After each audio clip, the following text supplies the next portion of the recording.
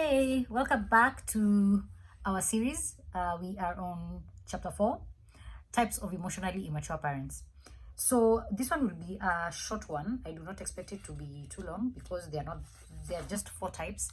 And again, as I said, I'm working with my notebook over here. That's why I keep checking hapa chini kuchungulia. I'm just looking at my notebook so that I give you every single gem that I was able to extract from the book that I was reading, Adult Children of Emotionally Immature Parents by Dr. Lindsay Gibson.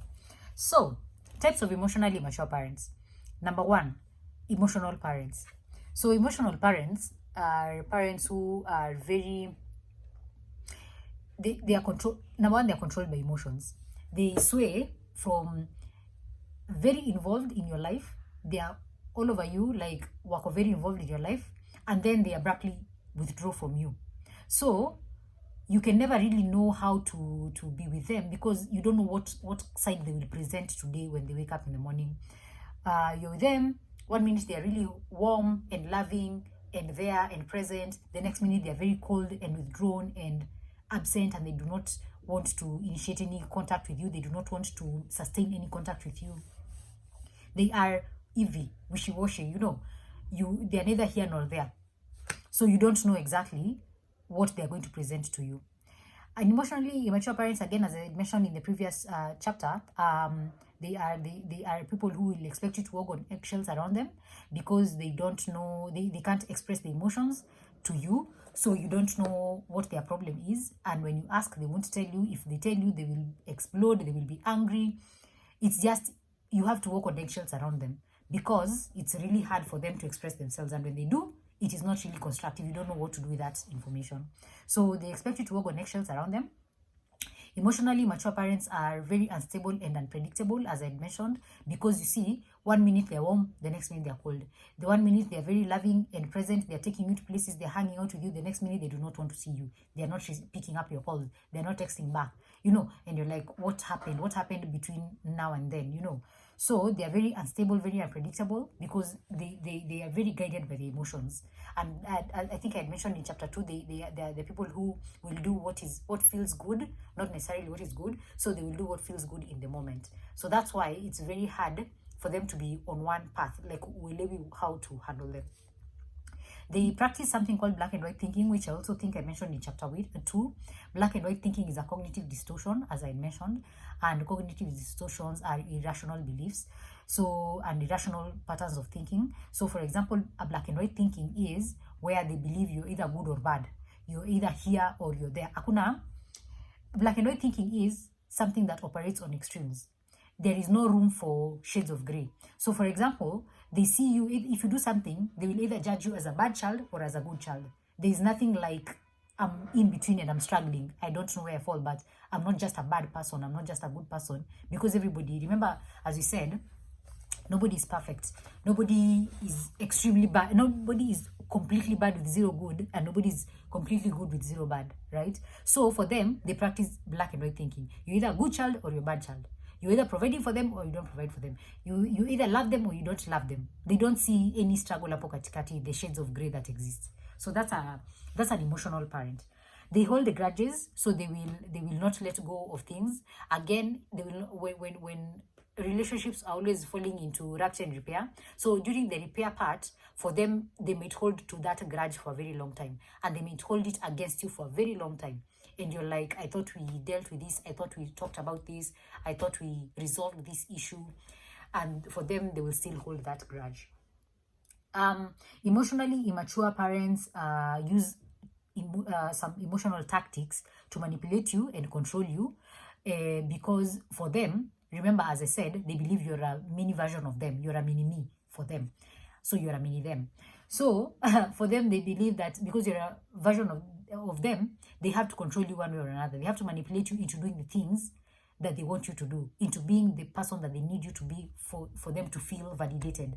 Remember, their self-esteem is tied to you and your compliance. So you can't act outside of their desires. You can't be an individual. You can't have individual differences because they don't believe that exists in that relationship. So emotionally mature parents, they will manipulate you. They will try to twist you into doing things, into being something that you're not, because for them, they can't really let go of that control. They have to see you as the version of themselves. That's how they exist. Emotionally immature parents, who are again in that category of emotional parents, will have children who eventually become very hyper aware, children who are constantly monitoring their surroundings, the environment, the people around them, so that those outside those outside things are what will control their emotional states. So kumbuka, if your parent is a person who expects you to walk on eggshells, it means that you have to constantly monitor them so that you know how to be around them. If you don't know how they are going to wake up, if they are going to be withdrawn or they are going to be very warm and involved in your life, then it means you have to be constantly scanning, constantly monitoring. How is this parent today? How is this parent right now? And how do I behave? How do I proceed? So then, as an adult, even when you're no longer around your parents, when you've already maybe you're living alone or you're living away from your parents, you're not really dependent on them, you find yourself, you're that person who is always hyper aware of other people's feelings and other people's emotions. So that limits you, that stops you from being able to express yourself. That stops you from showing your real self, because you're waiting for other people's cues, the environmental cues around you, to determine how you're going to behave. So that comes from now having those emotional parents who you don't know where they lie. So you have to constantly be monitoring their behavior, their emotions. So watch out for that if that's something that you think that you do a lot, monitoring other people so that they can decide if you're going to be whatever state of being you're going to be. Watch out for that. That could be a thing. Number two, there are another type of emotionally immature parents are the driven parents. Driven parents are parents who strive for perfection. These are parents who, for them, they have to control your life and they have pangered it. You're going to finish. You're going to go to school, complete, sit for your KCSE, get 450 marks, go to Alliance for your high school, get complete KCSE with an A grade, and then you're going to go to a university, whatever university. I don't want to name names, but comrades mnajijua. You're going to go to university and you're going to do engineering. That is your life, and you're not going to deviate up a candle. You're not going to do other things. You're not going to. There's a plan for you, and that is the plan you're going to follow. You're going to become an engineer, or you're going to become a lawyer, or you're going to become a doctor, or you're going to become a carpenter. You're going to become. They have pangered your life from beginning to end. You don't get to choose. You don't get to have a voice. You don't get to decide anything, because for them, again, this goes back. You'll find a lot of things that are tied to previous chapters in every single chapter. I like this book because it was like one continued story. So you'll find things that go back. So the reason why these parents are like this is because, remember, as I said in chapter 3, their self-esteem, their sense of being, their self-identity, their self-worth is tied to you, because they believe you're a mini them. So if you don't become the things that they approve of, then it looks bad on them. They feel invalidated. That's why a driven parent will push you to do what they want. They will expect you to follow the plan that they have set out for you.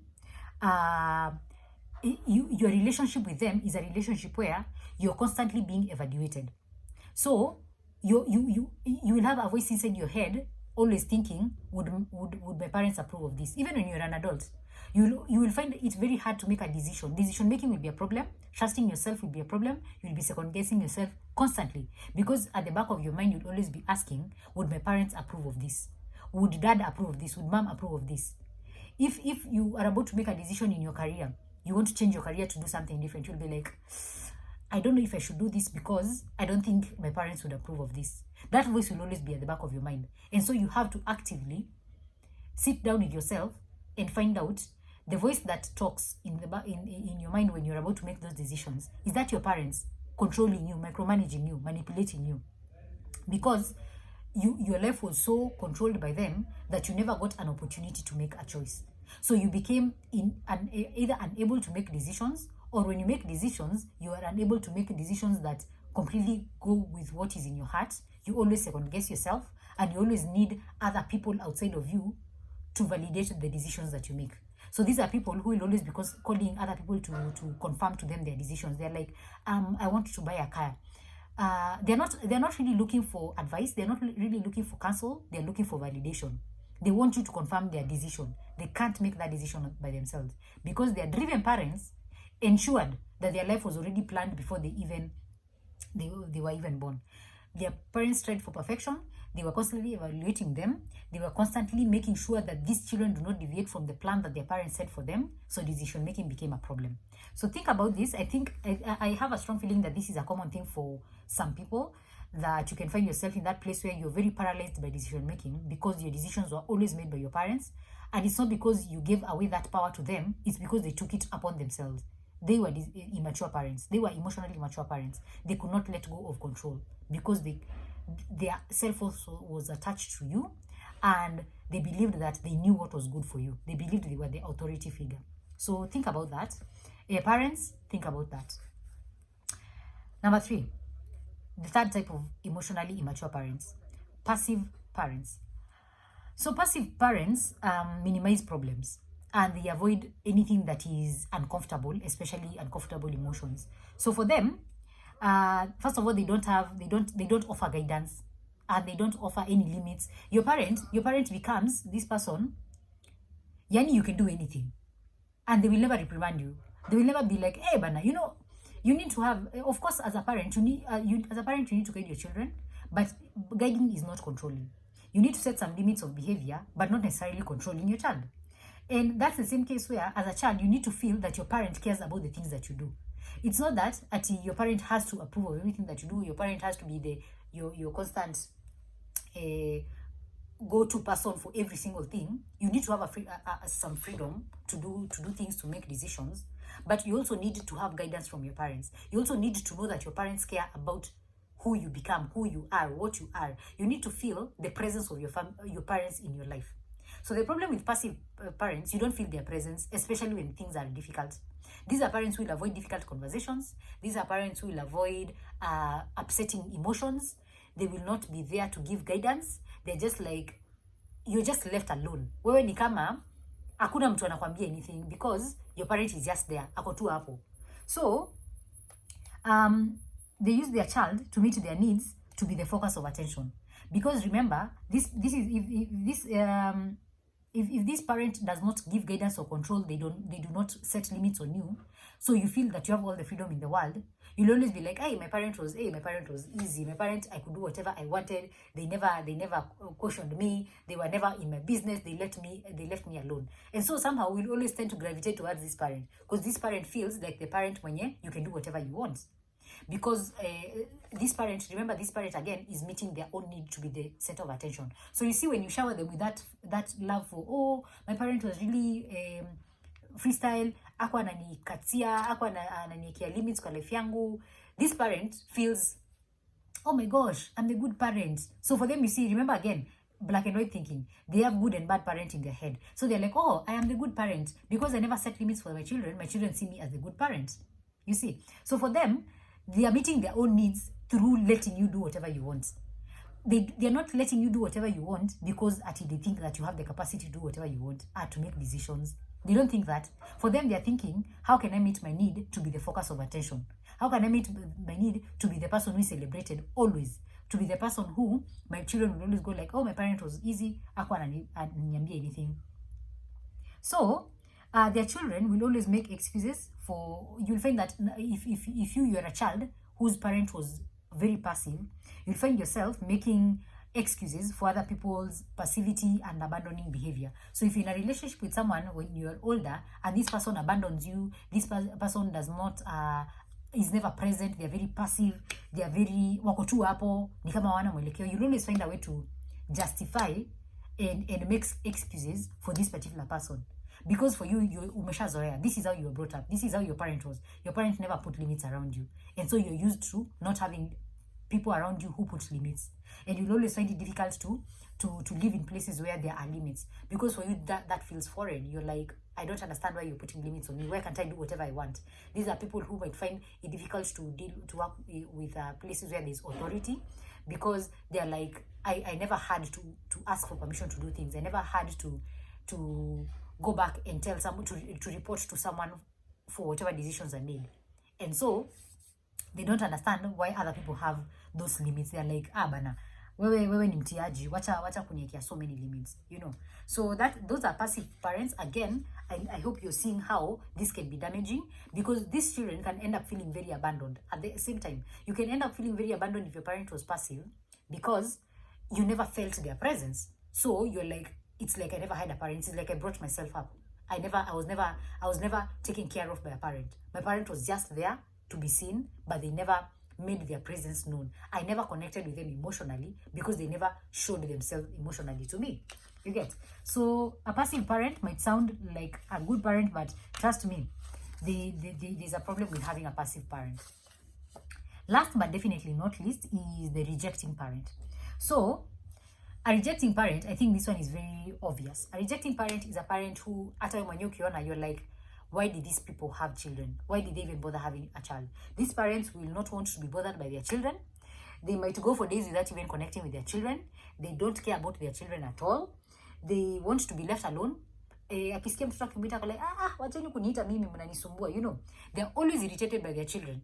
They do not want to hear, yani, ati huyu ni mtoto wangu ananipigia simu, ananitafuta, ananiongelesha, mnapiga kelele kwa nyumba. Like for them, your presence is just a nuisance. That is a rejecting parent. So these parents will reject even, there's this thing called bids for connection. They're those things you do when you're trying to connect with somebody emotionally and sometimes even physically. Yeah. So for them, they will reject them. You give them a hug, or like, wewe songa, unani suffocate, you know. So for them, they will reject bids of connection. They will reject you. They will not want you. Yani, you will always be thinking, why did you have a child? Why did you bother having a child? You obviously did not want a child. Because for them, they are always irritated by their children. Their children are the source of their biggest headache, their children. So children of these parents can also be very angry and physically abusive. These are parents who will punish you. Like, it's not even punishment, because remember, there's a very thin line between punishment and abuse. So for them, they'll always cross that line. Yani, it's always vita constantly. Like, mmekasirikiana, you're never in good terms. You're always fighting, emotionally, verbally, physically. They're always beating you. When you're a child, they were beating you a lot. And you're like, I didn't even deserve those kinds of beatings, you know. Not that I don't think this is a deserved beating. I really don't want even to go into that conversation of deserved beating. But these parents will always be just rejecting parents. You will know you're rejected. You will know you will never feel loved by this parent, no matter what you do. For them, hakuna kitu unaweza fanya impress. Nothing at all. They will never impress this parent with anything. So, children of emotionally immature parents of these rejecting parents will see themselves as a bother, and so they will shut themselves down.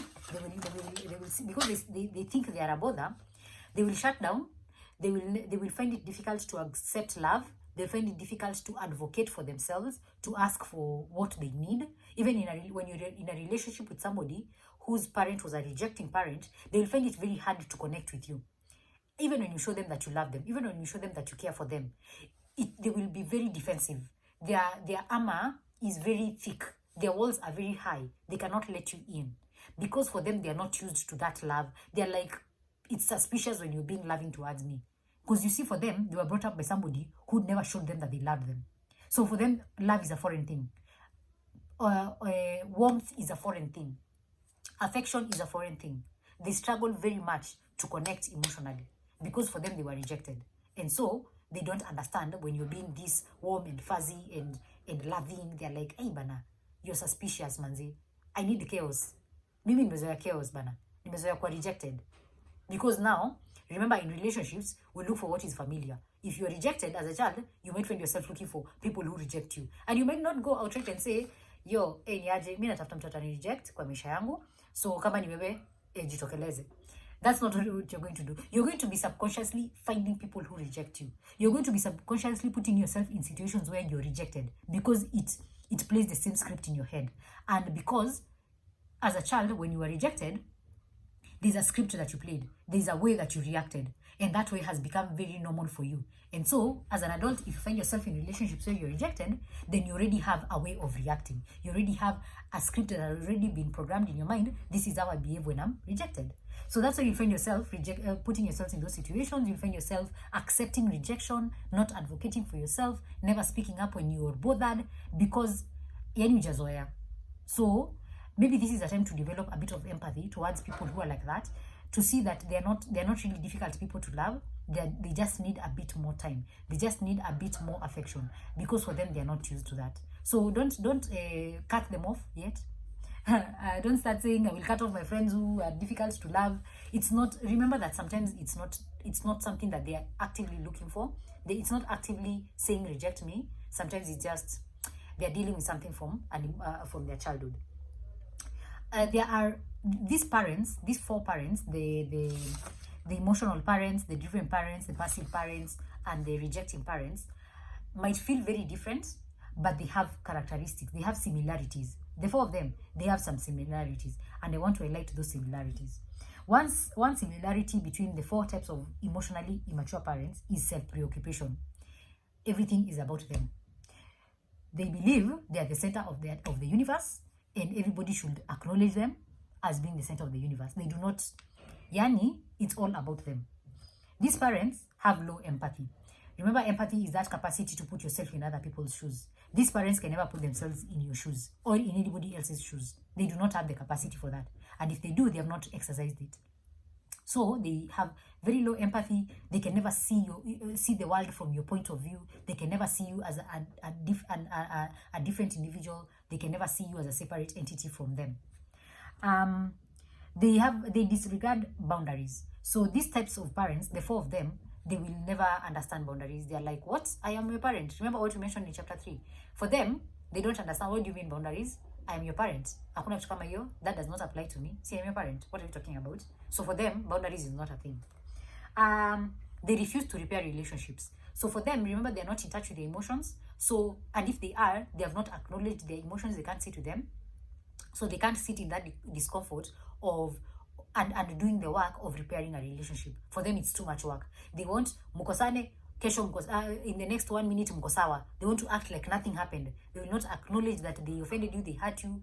Even now as an adult, when you bring it to them and you're like, hey, by the way, you might be listening to this and you're like, my parent must have been an emotionally immature parent. I think I should talk to them about this. You might go to them and they'll be like, what are you talking about?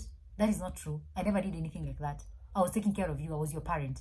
They will never acknowledge that there was a problem unless they have done the work of developing emotional maturity. So this can change. Yeah. They are also impulsive. Again, they are all over the place. Wishy-washy or juu wako side gani. They will reject and resist emotional intimacy. If they are not in touch with their own emotions, they cannot hold space for you to bring up your own emotions. Always remember that.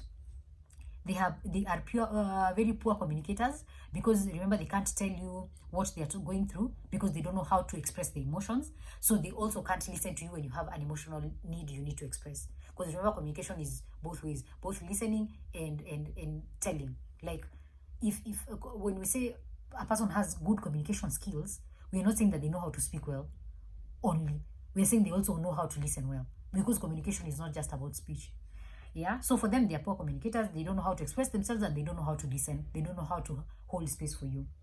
They are not self-reflective, so they don't sit down and go like, hey, by the way, hapo ni kama kuna venye nilikosea ama hapo sikufanya. They don't have that. For them, they are the parents. They did what they had to do. Well, sasa just deal with it. Hawako huko. So they don't know how to self-reflect. And last but definitely not least, another characteristic among these parents is that they cannot sustain emotional closeness, again, because they don't know how to deal with their own emotions. So they don't know how to hold space for your emotions. They don't know how to sit in vulnerability. They don't know how to sit in pain. They don't know how to sit in discomfort. So they cannot have an emotionally close relationship with you. Always remember that about emotionally immature parents. I know I have spoken a lot about this, and I will end this chapter 4 there. I want you to go back and think about your parents and try to look at them from these 4 categories. Always remember that sometimes people do not fall in these strict categories. You might find that your parent probably falls in all 4 categories in different times. Utapata, sometimes they're acting rejecting, sometimes they're acting passive, sometimes they're acting, in some situations they are very emotional. you know, you will find them falling in these categories in different times. Sometimes you'll find that there's one, and yeah, this one we know, you are just a rejecting parent, we just know. So some of them might fall in those rigid categories, some might not. Just go back and look, just go back and sit down and think about this. Rewind this if you need to rewind this, and remember, everything is always in the description. I'm going to put the categories in the description. You can always go back and read them. There's going to be timestamps for all of them. Think about that. If you're a parent, think about if you are being any of this. Are you being any of these kinds of parents, and how can you do better? So think about that deeply. Next, we'll be talking about, in chapter 5, we'll be talking about how different children react to emotionally immature parents. So I think that would be a good chapter to sit down and think about harder on, because it will help you understand, now that maybe you were raised by emotionally immature parents, how did you react? How did you react as a child, and how are you reacting right now as an adult? So that will be a fun chapter, and I look forward to seeing you in the next one. Have a good one. Ciao.